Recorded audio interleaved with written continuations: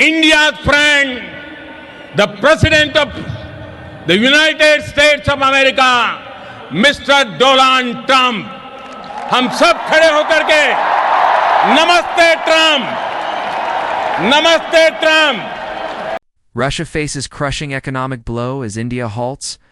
Oil imports Russia is facing a looming economic crisis, with former U.S. President Donald Trump warning that Moscow has just 1 week to agree to a ceasefire with Ukraine or face enormous tariffs. While this threat echoes previous statements Trump has made, Russia now finds itself grappling with a much more immediate problem. Its largest oil customer, India, is pulling out. Until now, India and China were the two main buyers of Russian oil, accounting together for roughly 80% of Russia's remaining crude exports. But with India stepping back, Russia is left with only China as a major client. And that may not be enough to keep its oil revenues afloat. We spoke with Russia correspondent Juste Bozeman to understand the implications China and India have been the only two nations still purchasing large volumes of Russian oil, Bozeman explained. Now that India is backing out, Russia loses its largest buyer. This is a significant blow.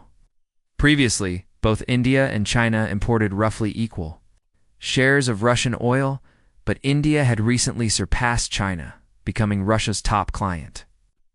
That relationship has now come to an abrupt halt. Why the sudden shift? According to Bozeman, the answer lies in American sanctions.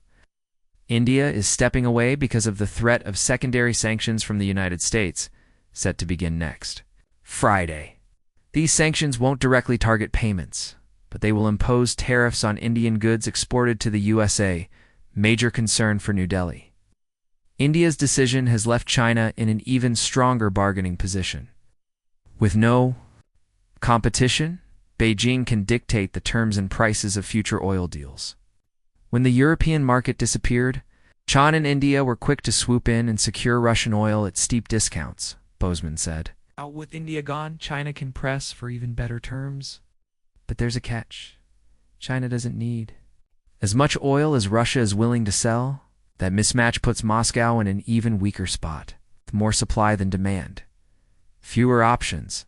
This raises a critical question. How will Russia fund its war effort without stable oil income? Economists within Russia, some of whom were still cautiously optimistic, are now admitting things are heading in the wrong direction, Bozeman noted. The country's budget is under enormous pressure. The war is expensive, and the treasury is running dry. To sustain the war, the Kremlin is expected to divert funds from domestic programs. We're already seeing money being pulled from healthcare, education, and social services, all being funneled into the war machine. With oil revenues shrinking and domestic discontent brewing, the question remains, how long can Putin sustain a war that is bleeding the Russian economy dry? If you find this video interesting, don't forget to subscribe.